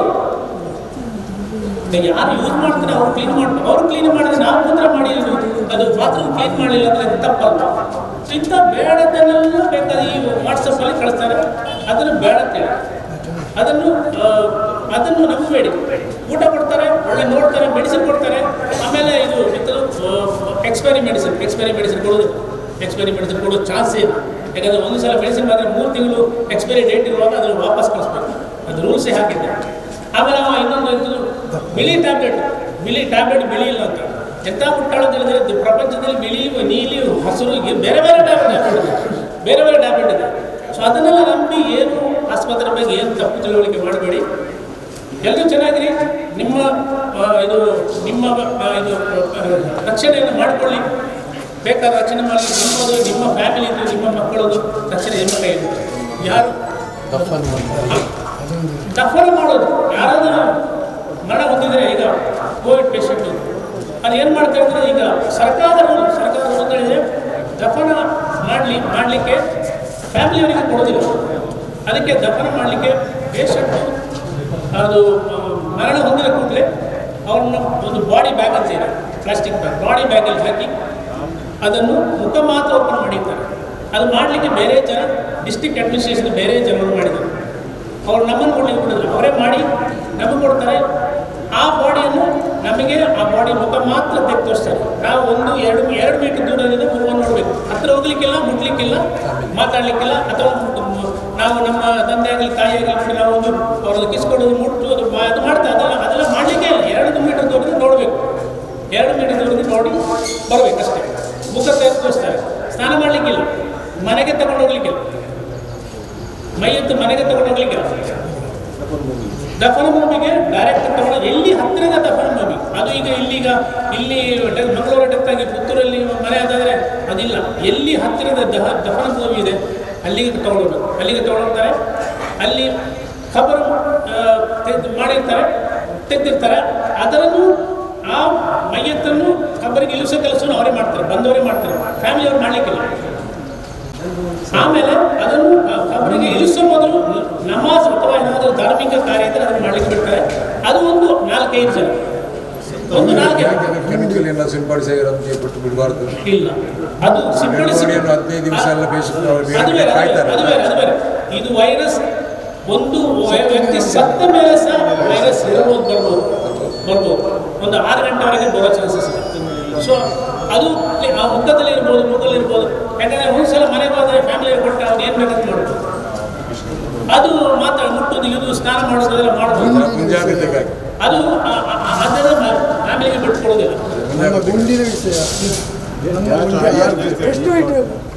6 ಫೀಟ್ ಸಾಕು ಅಂತ ಕೆಲವರು ಹೇಳ್ತಾರೆ. 6 ಫೀಟ್ ಅಂದ್ರೆ 8 ಫೀಟ್ 10 ಫೀಟ್ ಬೇಕು ಅಂತ ಕೆಲವರು ಹೇಳ್ತಾರೆ. ಅದು ಯಾವುದೋ ಮುಂಜಾಗ್ರತೆಗೆ ಯಾವುದೋ ಅವರು ಮೈಯಂತ್ರ ಇಳಿಸೋ ಮೊದಲು ಕೆಮಿಕಲ್ ಹೊಡಿತಾರೆ, ಇಳಿಸಿದ ಮೇಲೆ ಕೆಮಿಕಲ್ ಹೊಡಿತಾರೆ, ಸುತ್ತಮುತ್ತ ಕೆಮಿಕಲ್ ಹೊಡಿತಾರೆ, ಮಣ್ಣು ಹಾಕಿದ ಮೇಲೆ ಕೆಮಿಕಲ್ ಹೊಡಿತಾರೆ. ಅಷ್ಟೆಲ್ಲ ಇದು ಮಾಡ್ತಾರೆ. ಅಷ್ಟೆಲ್ಲ ಮಾಡೋದು 6 ಫೀಟಿಗೆ 2 ಫೀಟ್ ಸ್ವಲ್ಪ ಕೆಳಗೆ ಇನ್ನೊಂದು ಮಾಡಿ ನೀರು ಬರ್ತದೆ. ನಿಮಗೆ ಸಹಕಾರ ಕೊಡಬೇಕು. ಸಾಕಾಗ್ತದೆ. ಕೆಮಿಕಲ್ ಹೊಡಿತಾರೆ, ಕೆಮಿಕಲ್ ಹೊಡೆದು ಮಾಡ್ತಾರೆ. ಸೊ ಮೈಯತ್ತನ್ನು ಫ್ಯಾಮಿಲಿಗೆ ಸ್ವಂತಕ್ಕೆ ಬಿಟ್ಟು ಕೊಡೋದಿಲ್ಲ. ಫ್ಯಾಮಿಲಿ ನೋಡ್ಬೋದು, ಅದಕ್ಕೆ ಬೇಕಾದ ವಾಲಂಟಿಯರ್ಸ್ ಅಥವಾ ಸರ್ಕಾರದ ಕಡೆಯಿಂದ ಇದ್ದವರು ಅದನ್ನು ತಗೊಂಡು ಹೋಗೋದು, ಅದನ್ನು ತಗೊಂಡು ಹೋಗೋದು, ಅದನ್ನೆಲ್ಲ ಅವರೇ ಮಾಡ್ತಾರೆ. ದಹನ ಮಾಡೋದಷ್ಟೇ, ದಹನ ಮಾಡಲಿಕ್ಕಷ್ಟೇ. ಅಲ್ಲಿಂದಲೇ ಇದ್ದೇ ಯಾರಿಗೂ ಮುಟ್ಲಿಕ್ಕೆ ಇರ್ಲಿಕ್ಕೆ ಏನಿಲ್ಲ. ಹೊಗೆಯಲ್ಲಿ ಏನು ತೊಂದರೆ ಇಲ್ಲ, ಹೊಗೆಯಲ್ಲಿ ಏನು ತೊಂದರೆ. ಒಂದು ಸಲ ಬಿಸಿ ಆದರೆ ಅದೇನು ಬಿಸಿ ಬಂದರೆ ಏನು ತೊಂದರೆ, ಹೊಗೆಯಲ್ಲಿ ಏನು ತೊಂದರೆ, ಹೊಗೆಯಿಂದ ಯಾರಿಗೂ ತೊಂದರೆ ಆಗಲಿಲ್ಲ. ಯಾರಾದರೂ ಮನೆಯಲ್ಲಿ ನಿಮ್ಮ ಮನೆ ಹತ್ರ ಅಥವಾ ನಿಮ್ಮ ಮನೆ ಹತ್ರ ಅದನ್ನು ದಹನ ಮಾಡಲಿಕ್ಕೆ ಉಂಟು, ಸುಡ್ಲಿಕ್ಕೆ ಉಂಟು ತಳಿದ್ರೆ ಸುಡ್ಲಿಕ್ಕೆ ಬಿಡಿ, ಅದಲ್ಲೇ ತೊಂದರೆ ಆಗೋದು. ಹೊಗೆಯಿಂದ ಯಾರಿಗೂ ತೊಂದರೆ ಆಗೋದು. ಹೊಗೆ ಮೇಲೆ ಹೋಗ್ತಾರೆ. ಆಮೇಲೆ ಒಂದು ಸಲ ಬಿಸಿ ಆದರೆ ಒಂದು 40 ಡಿಗ್ರಿಗಿಂತ ಮೇಲೆ ಹೋದರೆ ಅದು ವೈರಸ್ ಉಳಿಯುವ ಸಾಧ್ಯತೆ ಇಲ್ಲ. ಸಾಧ್ಯತೆ ಯಾರಾದರೂ ಗಾಳಿ ಹೋದ್ರೆ ಮೇಲೆ ಗಾಳಿ ಹೋದ್ರೆ ಏನು ತೊಂದರೆ ಆಗುತ್ತೆ. ನಿಮಗೆ ಆ ಗಾಳಿ ನಿಮ್ಮ ಮನೆಯೊಳಗೆ ಹೋದ್ರೆ ಏನು ತೊಂದರೆ ಆಗಿಲ್ಲ, ಅದೇ ತೊಂದರೆ ಆಗ್ಬೋದು. 6 ಗಂಟೆ ತನಕ ಮಾಡ್ತಾರೆ, ಮತ್ತೆ ನಾವು ಮರುದಿವಸ ಅಲ್ಲ, ಅದು ಆಗೋದಿಲ್ಲ. ಅದು 6 ಗಂಟೆ ಮತ್ತೆ ಅದು 100% ಮುಂಜಾಗ್ರತೆ ಅದು 6 ಗಂಟೆ ಮತ್ತೆ ಜಾಸ್ತಿ ಇದೆ. ಎಲ್ಲೂ ಯಾವುದು 100% ಅಂತ ಹೇಳಿದ್ದಾರೆ. ಯಾಕಂದರೆ ಹೊಸ ಕಾಯಿಲೆ ಆದ್ದರಿಂದ ಇದರ ಎಲ್ಲ ಗುಣಲಕ್ಷಣಗಳು ಇದರಲ್ಲಿ ಏನೇನು ತೊಂದರೆ ಆಗ್ತದೆ ಎಲ್ಲ ಇನ್ನೂ ಗೊತ್ತಾಗಲಿಲ್ಲ. ದೇಶ ಮಾತಾಡಲಿಕ್ಕೆ ಅವಕಾಶ ಮಾಡಿಕೊಂಡ ದರ್ಗಾ ಕಮಿಟಿ ಎಲ್ಲರಿಗೂ ಅಭಿನಂದನೆ ಸಲ್ಲಿಸ್ತೇವೆ ಮತ್ತು ಎಲ್ಲರಿಗೂ ಸಲಾಂ. ಉಳ್ಳಾಲ ದರ್ಗಾ ಸಮಿತಿ ಅಧ್ಯಕ್ಷರು ಜನಾಬ್ ಅಲ್ಹಜ್ ಅಬ್ದುಲ್ ರಶೀದ್ ಲೇಸದ ಗುರುಕಾರ್ಮೆನ್ ವಹಿಸೊಂದು ಕೊರೋನಾದ ಬಗೆಟ್ ಜಾಗ್ರತೆಡು ಉಪ್ಪುಲೆಕ ಆರೋಗ್ಯನ ಕಾತೊಲ್ಲೆಕ ಲೆಪ್ಪು ಕೊರಿಯರು. ದರ್ಗಾ ಸಂವಿಧಾನದಲ್ಲಿ ನಾವು ಹಿಂದಿನಿಂದ ನಡ್ಕೊಂಡು ಬಂದಂತೆ ವಿಶೇಷವಾದಂಥ ಕಾರ್ಯ ವಿಪತ್ತುಗಳು ಬಂದಾಗ ಗುಂಪು ಜಿಯಾರತ್ ಸಾಮೂಹಿಕ ದುವಾ ಮಾಡುವಂಥದ್ದು ನಮ್ಮ ಪದ್ಧತಿ ಹಿರಿಯರ ಕಾಲದಿಂದ ಬಂದಂಥ ಆ ಒಂದು ದುವಾ ಪದ್ಧತಿಯನ್ನು ನಾವಿವತ್ತು ಮುಗಿಸಿದ್ದೇವೆ. ಈ ದುವಾದ ಮೂಲಕ ನಮ್ಮ ಊರಲ್ಲಿ, ಆಸುಪಾಸಲ್ಲಿ, ನಮ್ಮ ರಾಜ್ಯದಲ್ಲಿ, ನಮ್ಮ ದೇಶದಲ್ಲಿರುವಂಥ ಈ ಕೊರೋನಾ ವೈರಸ್ ನಿರ್ಮೂಲನ ಆಗಲಿ ಹೇಳುವಂಥ ದುವಾವನ್ನು ಪ್ರತ್ಯೇಕವಾಗಿ ನಾವು ನೀವೆಲ್ಲ ಮಾಡಬೇಕು ಅಂತ ವಿನಂತಿ ಮಾಡಿಕೊಂಡು, ಈ ಸಂದರ್ಭದಲ್ಲಿ ನಮ್ಮವರಾದಂಥ ಡಾಕ್ಟರ್ ತಾಜುದ್ದೀನ್ ಅವರು ನಿನ್ನೆ ಒಂದು ವಿಷಯದ ಮೇಲೆ ಮಾತಾಡುವಾಗ ನಮಗೆ ಗೊತ್ತಾಯಿತು, ಅವರು ಕೊರೋನಾ ವೈರಸ್ ರೋಗದ ಗೌರವ ಡಾಕ್ಟರ್ ಆಗಿ ಬೆಳಗಾವಿಯಲ್ಲಿ ಕಾರ್ಯನಿರ್ವಹಿಸ್ತಾ ಇದ್ದಾರೆ ಅಂತೇಳಿ ನಮಗೆ ಗೊತ್ತಿಲ್ಲ ಇದ್ದೀನಿ ಅವರಿಗೆ. ಆಮೇಲೆ ಪಕ್ಕದಲ್ಲಿಗೆ ಅವಕಾಶ ನಮ್ಮವರನ್ನೇ ಕರೆದು ನಮ್ಮವರಿಗೆ ಒಂದು ಮಾಹಿತಿಯನ್ನು ನೀಡುವಂತ ಹೇಳಿದ ಮಾತಿಗೆ ಅವರ ಬ್ಯುಸಿ ಅವರ್ಸನ್ನೆಲ್ಲ ಬಿಟ್ಕೊಂಡು ನಮ್ಮ ಜೊತೆಯಲ್ಲಿ ಸೇರಿಕೊಂಡು ನಮಗೆ ಮಾಹಿತಿಯನ್ನು ನೀಡಿದ್ದಾರೆ. ಅವರನ್ನು ನಾನು ನನ್ನ ದರ್ಗಾ ಸಮಿತಿ ಪರವಾಗಿ ಹಾರ್ದಿಕವಾಗಿ ಅಭಿನಂದಿಸಿ ಧನ್ಯವಾದಗಳನ್ನು ಅರ್ಪಿಸ್ತಾ ಇದ್ದೇನೆ. ಆಸ್ಪತ್ರೆಯಲ್ಲಿ ನೀವು ತಿಳಿದಿದೆ. ಅವರು ಸೈಯದ್ ಗೋದರಿ ಆಸ್ಪತ್ರೆಯಲ್ಲಿ ಬಹಳಷ್ಟು ಕಾಲ ಕೆಲಸ ಮಾಡಿದಂಥವರು. ಅದು ಬಿಟ್ಟು ಬೇರೆ ಸಹನದಲ್ಲಿ ಕೋಟೆಯಲ್ಲಿ ಕೂಡ ಅವರು ನಮ್ಮೊಂದಿಗೆ ಯಾವಾಗಲೂ ಸಿಕ್ಕಂಥವರು. ಅವರು ಇನ್ನು ಮುಂದಿನ ದಿನಗಳಲ್ಲಿ ಕೂಡ ಒಂದು ಉನ್ನತವಾದಂತಹ ವೈದ್ಯಾಧಿಕಾರಿಯಾಗಿ ನಮ್ಮ ಅಲ್ಪಸಂಖ್ಯಾತ ಮುಸಲ್ಮಾನರ ಪಾಲಿಗೆ ಒಬ್ಬ ಉತ್ತಮ ವೈದ್ಯರಾಗಲಿ ಅಂತ ಅಲ್ಲಾಹನಲ್ಲಿ ಪ್ರಾರ್ಥಿಸುವ. ಅದಕ್ಕೆ ನಿಮ್ಮೆಲ್ಲರ ದುಆಗಳು ಅಂತ ಹೇಳಿಕೊಂಡು ಅವರ ಅಗಲಿಗೆ ಹೋಗಲಿಕ್ಕೆ ಬಿಡುವಿಲ್ಲದ ಕಾರಣ ಅವರಿಗೆ ನಾನು ಅನುಮತಿಯನ್ನು ನೀಡ್ತಾ ಇದ್ದೇನೆ. ಆದರೆ ನಿಮ್ಮಲ್ಲಿ ಒಂದು ಕಳಕಳಿಯ ವಿನಂತಿಯನ್ನು ನಾನು ಮಾಡುವುದೇನಂತ ಹೇಳಿದರೆ, ಯಾರು ಎಷ್ಟು ಬೋಧನೆ ಮಾಡಿದರು, ಯಾರು ಡಾಕ್ಟರ್ ಬಂದು ನಿಮಗೆ ತಿಳಿ ಹೇಳಿದರು, ಸರ್ಕಾರ ಕಳೆದ 4 ತಿಂಗಳಿಂದ ಎಷ್ಟೆಲ್ಲ ಬೊಬ್ಬೆ ಹಾಕಿದರು, ಟಿವಿ ಮಾಧ್ಯಮದವರ ಆ ಒಂದು ವೈಭವೀಕರಣದಿಂದಾಗಿ ನಾನು ನೀವೆಲ್ಲ ಅದು ಟಿವಿಯವರ ಒಂದು ಕಸರತ್ತು, ಟಿವಿ ಮಾಧ್ಯಮದವರ ಒಂದು ಬೇಜವಾಬ್ದಾರಿನ ಮಾತುಗಳು ಅಂತ ಹೇಳುವ ಮಾತು ನಾವು ನೀವೆಲ್ಲ ಹೇಳ್ತಾ ಇದ್ದೇವೆ. ಅದರಿಂದಾಗಿ ಉಳ್ಳಾಳದಲ್ಲಿ ಕೊರೋನಾ ವೈರಸ್ನ ಬಗ್ಗೆ ನಿನ್ನೆ ಅಲ್ಲ ಮೊನ್ನೆವರೆಗೆ ನಾವು ಯಾರೂ ಭಯಭೀತರಾಗಿಲ್ಲ ಅಂತ ಹೇಳುವ ಸತ್ಯವನ್ನು ನಾವು ಒಪ್ಪಿಕೊಳ್ಬೇಕು.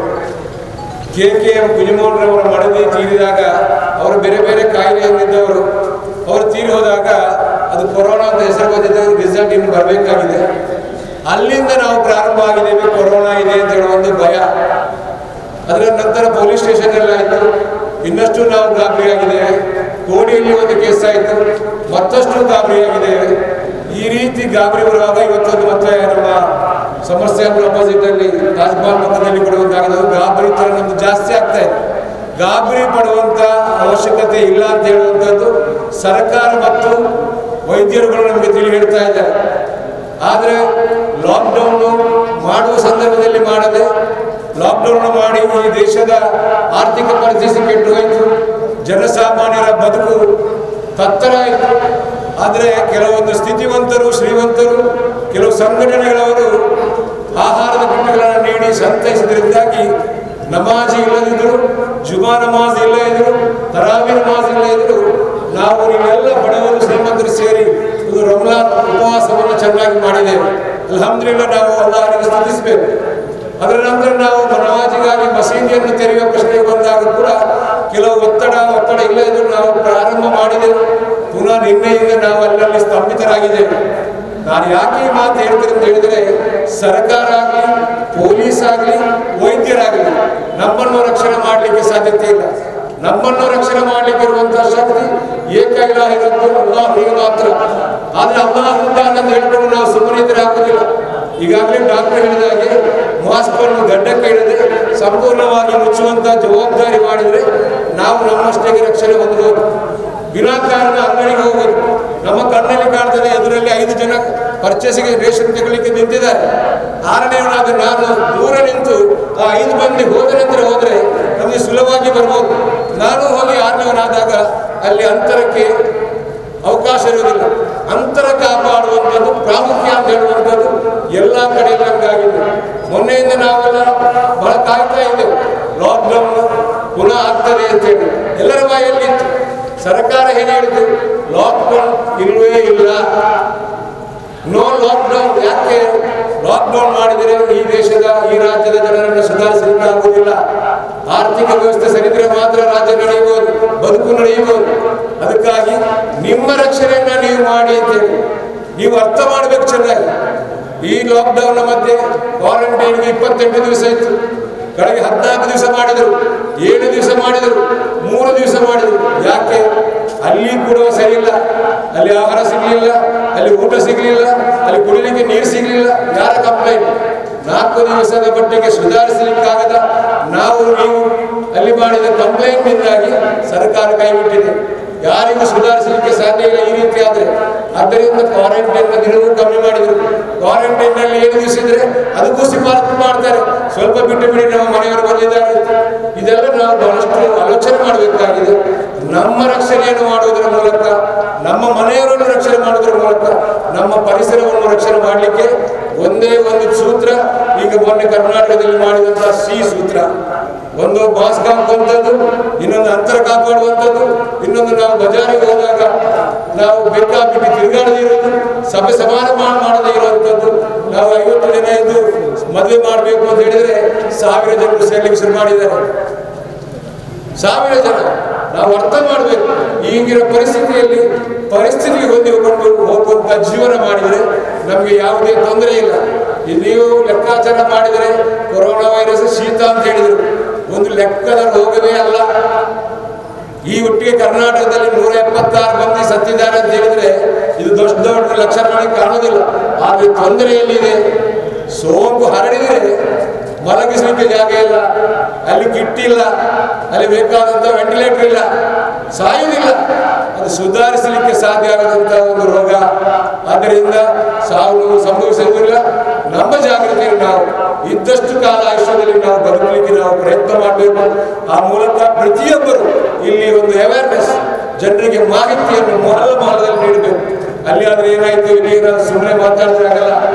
ನಾವು ಮೊದಲು ಆಲೋಚನೆ ಮಾಡಿ ನಮ್ಮ ಆ ಕೆಲಸವನ್ನು ಮಾಡಬೇಕು ಅಂತ ಹೇಳಿ ಇಲ್ಲಿ ಒಂದು ಧರ್ಮಕ್ಷೇತ್ರ, ಒಂದು ಸೈದ್ ಮಂದಿರ ದರ್ಗಾ ಸನ್ನಿಧಾನದ ಆದ ಕಾರಣ ನಾನೊಂದು ಮಾತು ಹೇಳ್ತೇನೆ. ಅಲ್ಲಾಹನು ಪ್ರತಿಯೊಂದನ್ನು ಕೊಡುವವನು, ಒಳಿತನ್ನು ಕೆಡುಕನ್ನು ಕೊಡುವವನು ಅಲ್ಲಾಹ. ಅದಕ್ಕೆ ಪ್ರಾರ್ಥಿಸಿಕೊಂಡು ನಾವು ಅದರ ನಿವಾರಣೆ ಮಾಡಲಿಕ್ಕೆ ಬೇಡುವಂಥದ್ದು ನಮ್ಮ ಕರ್ತವ್ಯ.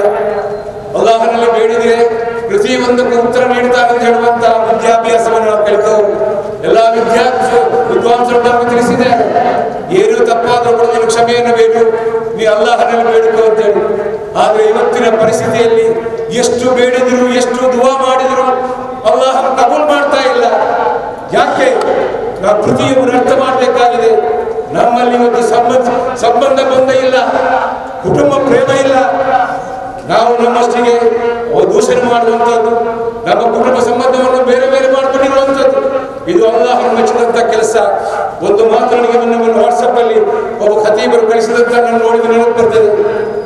ಒಂದು ದಿವಸ ಮಕ್ಕಾದಲ್ಲಿ ಅಬು ಹುರೈರ ಅವರು ಒಂದು ಬಹಳ ಮಜ್ಲಿಸ್ ಮಾಡ್ತಾ ಇರುವಾಗ ಒಂದು ಮಾತು ಹೇಳಿದ್ರಂತೆ, ಇಲ್ಲಿ ಕ್ಲಾಸ್ ಪ್ರಾರಂಭ ಮಾಡಬೇಕಾದ್ರೆ ನನಗೆ ನಿಮ್ಮಲ್ಲಿ ಒಂದು ವಿಜ್ಞಾಪನೆ ಇದೆ.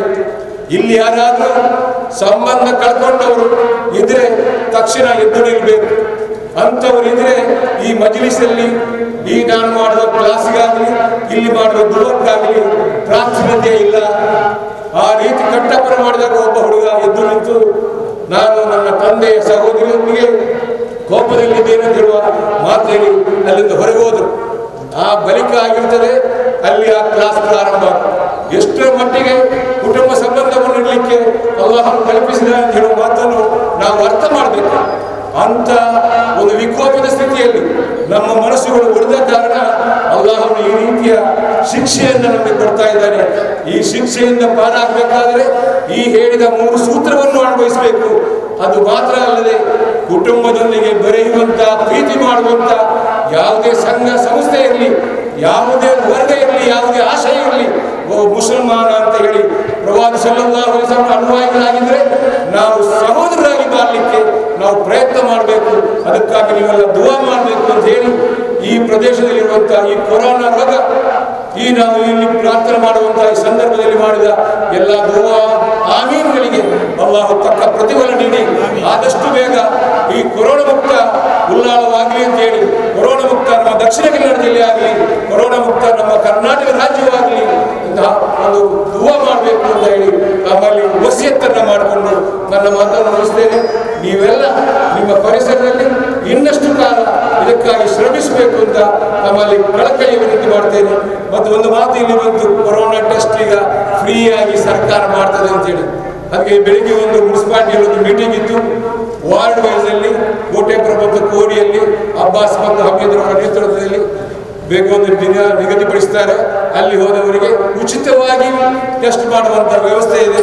ಕೆಲವರು ಹೋಗಿ ಸುಮ್ಮನೆ ಹೋಗಿ ಟೆಸ್ಟ್ ಮಾಡಿಕೊಂಡು ಅಪನಂಬಿಕೆ ಇರುವವರು ಹೋಗುವರು. ಈಗ ಡಾಕ್ಟರ್ ಹೇಳಿದ ಹಾಗೆ ವೆಲ್ಲತ್ತಿನ ಬಗ್ಗೆ ಅಪನಂಬಿಕೆ ಇರುವವರು ಬಹಳಷ್ಟು ಜನ ಇದ್ದಾರೆ. ನಿಮ್ಮ ತಪ್ಪು ಕಲ್ಪನೆ, ಸುಮ್ಮನೆ ಸಾಲ ಮೂಲ ಮಾಡಿಕೊಂಡು ಯಾವುದೇ ಕೇಸಿಗೆ ಕೊರೋನಾ ಸಂದರ್ಭದಲ್ಲಿ ಎಲ್ಲ ಖಾಸಗಿ ಆಸ್ಪತ್ರೆಗೆ ಹೋಗಿ ಚೀಟಿ ಹಿಡ್ಕೊಂಡು ತಿರುಗುವ ಅವಕಾಶ ಇಲ್ಲ. ವೆಲ್ಲಾತ್ ಹಾಸ್ಪಿಟಲ್ ಆಗಲಿ, ಲೇಡಿ ಕೌಶಲ್ ಹಾಸ್ಪಿಟಲ್ ಆಗಲಿ, ನನಗೆ ತಿಳಿದ ಮಟ್ಟಿಗೆ ಉತ್ತಮವಾದಂತಹ ಆರೋಗ್ಯ ಕೇಂದ್ರ. ನಿಮ್ಮ ಮನೆಯಲ್ಲಿ ಒಂದು ಬಂಗುಡೆ ಮೀನನ್ನು 4 ಪೀಸ್ ಮಾಡೋದಾದ್ರೆ ವೆಲ್ಲಾತ್ ಹಾಸ್ಪಿಟಲ್ ಒಂದು ಬಂಗುಡೆ ಮೀನನ್ನು 2 ಪೀಸ್ ಮಾಡಿಕೊಡ್ತಾರೆ. ಜನ ಹೇಳ್ತಾರೆ ಅಲ್ಲಿ ಏನಿಲ್ಲ ಅಂತೇಳಿ. ಸಾಮೂಹಿಕವಾದಂಥ ಕೇಂದ್ರ, ಟಾಯ್ಲೆಟಲ್ಲಿ ಪಿನಾಯಿಲ್ ಸ್ಮೆಲ್ ಬರುವುದು, ಅದನ್ನು ದೂಷಣೆ ಮಾಡಿದರೆ ನಮ್ಮ ನಿಮ್ಮಂಥವರು ಸಾಧನೆ ಮಾಡಬೇಕಾಗುತ್ತೆ. ಅಲ್ಲಿ ಎಲ್ಲ ಉತ್ತಮ ವೈದ್ಯರುಗಳಿದ್ದಾರೆ. ನಂಬಿಕೆ ನಿಮಗೆ ಬೇಕು. ನಂಬಿಕೆ ಇಲ್ಲದ್ರೆ ಯಾವುದು ಕೂಡ ನಡೆಯುವುದಿಲ್ಲ. ಆದ್ದರಿಂದ ಸರ್ಕಾರದಿಂದ ಸಿಗುವಂಥ ಎಲ್ಲ ಸವಲತ್ತನ್ನು ಈ ಕೊರೋನಾ ಪರಿಸ್ಥಿತಿಯಲ್ಲಿ ಆಗಲಿ ಇನ್ನಿತರ ಸಂದರ್ಭದಲ್ಲಿ ಪಡಿಬೇಕು ಅಂತ ಹೇಳಿಕೊಂಡು ಈ ಒಂದು ಅವಕಾಶದಲ್ಲಿ ಮೊದಲೊಮ್ಮೆ ನಮ್ಮ ಡಾಕ್ಟರ್ ತಾಜುದ್ದೀನ್ ಅವರಿಗೊಂದು ಸಹಕರಿಸಿದ್ದಕ್ಕಾಗಿ ಉಲ್ಲಾಳದ ಜನತೆಯ ಪರವಾಗಿ ಅಭಿನಂದನೆ ಸಲ್ಲಿಸಿ ಈ ಕಾರ್ಯಕ್ಕೆ ಎಲ್ಲ ನಮ್ಮ ಮೊಹಲ್ಲದ, ನಮ್ಮ ಮಸೀದಿ ಅಧ್ಯಕ್ಷರುಗಳು, ಕಾರ್ಯದರ್ಶಿಗಳು, ನಮ್ಮ ಸಮಿತಿಯ ಸದಸ್ಯರುಗಳು, ಪದಾಧಿಕಾರಿಗಳೆಲ್ಲ ಬಂದಿದ್ದೀರಿ. ಇನ್ನೂ ಊರಿನ ಕೆಲವರೆಲ್ಲ ನೀವು ಬಂದಿದ್ದೀರಿ. ಹೆಚ್ಚಿನ ಜನ ಬರಲಿಕ್ಕೆ ನಾವು ಕರೆ ಕೊಡಲಿ. ಯಾಕಂತ ಹೇಳಿದರೆ ಅಂತರ ಕಾಪಾಡುವುದು ಒಂದು ಸಮಸ್ಯೆ ಆದರೆ ಕಡೆಗೆ ನನ್ನ ಮೇಲೆ ಕೇಳ್ಬೋದು, ಕರೋನಾ ಅಂತ ಹೇಳಿ ಕಾರ್ಯಕ್ರಮ ಹಾಕಿ ಅಂತರ ಕಾಪಾಡಲಿಕ್ಕೆ ಆಗಲ್ಲ ಯಾಕೆ ಮಾಡಿದ್ದೀರಿ. ಅದಕ್ಕೆ ನಾವು ಸಾರ್ವಜನಿಕರಿಗೆ ಆಹ್ವಾನ ನೀಡಲಿಲ್ಲ, ನಾವು ಕಮಿಟಿಯವರಿಗೆ ಮಾತ್ರ ನೀಡಿದ್ದು. ಆದರೂ ಕೂಡ ಅಲ್ಲಾಹನ ಮೇಲೆ ಭರವಸೆ ಇಟ್ಟು ಈ ದುವಾದಲ್ಲಿ ಭಾಗಿಯಾಗಿರುವಂಥ ನಮಗೆಲ್ಲರಿಗೂ ನಾನು ಅಭಿನಂದಿಸಿ ನನ್ನ ಮಾತನ್ನು ದರ್ಗಾ ಸಮಿತಿ ಸದಸ್ಯರು ಜನಾಬ್ ಫಾರೂಕ್ ಉಳ್ಳಾಲ್ ಸಭೆ ನೆತ್ಕೊಂಡು ಜಗತ್ತಿಗೆ ಕಾಡೊಂದುಪ್ಪುನ ಆತಂಕದ ಕೊರೋನಾದ ವಿರುದ್ಧ ಮಾತಾಡಲ ಎಚ್ಚರಿಕೆ ಉಪ್ಪಲೇಕ ಪ್ರಾಸ್ತಾವಿಕವಾದ ಪಾತೆರ ಬಂಡೇರು. ನಾವೆಲ್ಲರೂ ಬಹಳ ದುಃಖದಿಂದ ಪ್ರತಿದಿನವೂ ಪ್ರತಿ ಕ್ಷಣವೂ ಏನಾಗುತ್ತದೋ, ಮುಂದಿನ ಕ್ಷಣ ಹೇಗೆ, ದಿನ ಹೇಗೆ ಎನ್ನುವ ಗಲಿಬಿಲಿ ಗಾಬರಿಯೊಂದಿಗೆ ಕಳೆಯುವಂತಹ ಈ ಸಂದರ್ಭದಲ್ಲಿ ಉಳ್ಳಾಲ ಸೈಯದ್ ಮದನಿ ದರ್ಗಾ ಆಡಳಿತ ಸಮಿತಿ ಸಾಮೂಹಿಕವಾಗಿ ಅಲ್ಲಾಹನನ್ನ ಪ್ರಾರ್ಥಿಸಿಕೊಂಡು ಈ ರೋಗ ರುಜಿನದಿಂದ ಮುಕ್ತಿಯನ್ನು ಕೊಡಲು, ಈ ರೋಗ ರುಜಿನವು ನಮ್ಮ ಪರಿಸರಕ್ಕೆ, ನಮ್ಮ ಊರಿಗೆ, ನಮ್ಮ ರಾಜ್ಯಕ್ಕೆ, ನಮ್ಮ ದೇಶಕ್ಕೆ ಬಾರದಿರಲಿ ಅನ್ನುವಂತಹ, ಇದು ಇನ್ನೇನೆಲ್ಲ ಕೊನೆಗೊಳ್ಳಲಿ ಅಂತ ಹೇಳುವಂತಹ ಒಂದು ಪ್ರಾರ್ಥನೆಯನ್ನು ಮಾಡುವ ಸಲುವಾಗಿ ಇವತ್ತು ಈ ಕಾರ್ಯಕ್ರಮವನ್ನು ಆಯೋಜಿಸಿದ್ದೇವೆ. ತಮಗೆಲ್ಲರಿಗೂ ಗೊತ್ತಿದೆ, ಈ ಕಾರ್ಯಕ್ರಮದಲ್ಲಿ ಸೈಯದ್ನ ಸರ್ಫುದ್ದೀನ್ ಅಲ್ ಹಾಜಿ ರಬ್ಬಾನಿ ತಂಗಡವರು ಅಲ್ಲಾಹನಲ್ಲಿ ನಮ್ಮೆಲ್ಲರ ಪರವಾಗಿ ಕೋರಿದ್ದಾರೆ, ನಮ್ಮ ಬೇಡಿಕೆಯನ್ನು ಮುಂದಿಟ್ಟಿದ್ದಾರೆ. ಖಂಡಿತವಾಗಿಯೂ ಅಲ್ಲಾಹನು ಆ ಭಕ್ತಿ ನಿರ್ಭರವಾದ ದುವಾಕ್ಕೆ ಪ್ರತಿಫಲವನ್ನು ಕೊಡುತ್ತಾನೆ ಎಂಬ ಭರವಸೆ ನಮಗೆಲ್ಲರಿಗಿದೆ. ಅಲ್ಲಾಹನು ಅದೇ ರೀತಿ ಮಾಡಲಿ ಅಂತ ಬೇಡಿಕೊಳ್ತಾ ಇದ್ದೇನೆ. ಅದೇ ರೀತಿ ಒಂದು ಮಾಹಿತಿಯನ್ನು ಕೂಡ ಕೊಡುವುದಕ್ಕೆ ಡಾಕ್ಟರ್ ತಾಜುದ್ದೀನ್ KMC ಮಂಗಳೂರಿನ ಪ್ರತಿಷ್ಠಿತ KMC ಹಾಸ್ಪಿಟಲ್ನಲ್ಲಿ ಪ್ರೊಫೆಸರ್ ಆಗಿರುವಂತಹ ವೈದ್ಯಾಧಿಕಾರಿಯಾಗಿ ಇವತ್ತು ಕೋವಿಡ್-19 ಅನ್ನ ಜಿಲ್ಲಾ ಮಟ್ಟದ ಆಸ್ಪತ್ರೆಯಾಗಿರುವಂತಹ ವೆಲ್ಲೋಕ್ನಲ್ಲಿ ಇವತ್ತರದ ಮೇಲ್ವಿಚಾರಣೆಯನ್ನು ಗೌರವಪೂರ್ವಕವಾಗಿ ₹1 ಸಂಬಳವನ್ನು ಪಡೆಯದೆ ಇದೊಂದು ಸೇವೆ ಎಂಬ ನೆಲೆಯಲ್ಲಿ ಮಾಡುತ್ತಿರುವಂತಹ ಡಾಕ್ಟರ್ ತಾಜುದ್ದೀನ್ ನಮ್ಮ ಅಧ್ಯಕ್ಷರು, ನಮ್ಮ ಆಡಳಿತ ಸಮಿತಿಯವರು ಕರೆದಿದ್ದಾರೆ. ಅಂತಹ ತಾಜುದ್ದೀನ್ ಅವರು ಇವತ್ತು ನಮಗೆ ಮಾಹಿತಿಯನ್ನು ಕೊಡಲಿಕ್ಕಿದ್ದಾರೆ. ದರ್ಗಾ ಅಧ್ಯಕ್ಷರು ಮತ್ತು ಸನ್ಮಾನ್ಯ ನಮ್ಮೆಲ್ಲರ ನಾಯಕರಾಗಿರುವಂತಹ ಹಾಜಿ ಅಬ್ದುಲ್ ರಶೀದ್ ಅವರನ್ನು ನಾನು ಈ ಸಂದರ್ಭದಲ್ಲಿ ಸ್ವಾಗತಿಸುತ್ತೇನೆ. ಡಾಕ್ಟರ್ ತಾಜುದ್ದೀನ್ ಅವರನ್ನು ಸ್ವಾಗತಿಸುತ್ತೇನೆ. ಅದೇ ರೀತಿ ಉಪಾಧ್ಯಕ್ಷರಾದ UK ಮೋಟ್ರ್ ಅವರನ್ನು, ಪ್ರಧಾನ ಕಾರ್ಯದರ್ಶಿ ಹಾಜಿ ಅವರನ್ನು ಮತ್ತು ಎಲ್ಲ 3 ನಮ್ಮ ಟ್ರಸ್ಟ್ಗಳ ಚಾರಿಟೇಬಲ್ ಟ್ರಸ್ಟ್, ಅರಬಿಕ್ ಟ್ರಸ್ಟ್ ಮತ್ತು ಆಡಳಿತ ಸಮಿತಿ ಎಲ್ಲ ಸದಸ್ಯರನ್ನು, ಪದಾಧಿಕಾರಿಗಳನ್ನು, ಕೋಶಾಧಿಕಾರಿಗಳಾಗಿರುವಂತಹ UK ಇಲ್ಯಾಸ್ರನ್ನು ಸೇರಿಸಿಕೊಂಡು, ಆಸಿಫ್ ಅವರನ್ನು ಸೇರಿಸಿಕೊಂಡು ಎಲ್ಲರನ್ನು ನಾನು ಮತ್ತು ಈ ಊರಿನ ಎಲ್ಲ ನಾಗರಿಕರನ್ನು ಕೂಡ ಇವತ್ತು ಸ್ವಾಗತಿಸುತ್ತಾ, ಈ ಸಂದರ್ಭದಲ್ಲಿ ನಮ್ಮ ಸಮಾಜಕ್ಕೆ, ನಮ್ಮ ಮುಸ್ಲಿಂ ಗೌರವಕ್ಕೆ ಪಾತ್ರರಾಗಿರುವಂತಹ ನಮ್ಮ ಹೆಮ್ಮೆಯ ಸುಪುತ್ರ ಡಾಕ್ಟರ್ ತಾಜುದ್ದೀನ್ ಅವರನ್ನ ನಮ್ಮೆಲ್ಲರ ಪರವಾಗಿ ಅವರು ಮಾಡುವಂತಹ ಈ ಒಂದು ಕರ್ತವ್ಯಕ್ಕಾಗಿ, ಅವರು ಮಾಡುವಂತಹ ಸೇವೆಗಾಗಿ ಸೈಯದ್ ಮದನಿ ದರ್ಗಾ ಸಮಿತಿಯ ಪರವಾಗಿ ಹಾಜಿ ಅಬ್ದುಲ್ ರಶೀದ್ ಹಾಜಿ ಅವರು ಅವರನ್ನು ಸಾಲು ಹೊದಿಸಿ ಅಭಿನಂದಿಸಬೇಕು ಅಂತ ನಾನು ಕೇಳ್ಕೊಳ್ತಾ ಇದ್ದೇನೆ.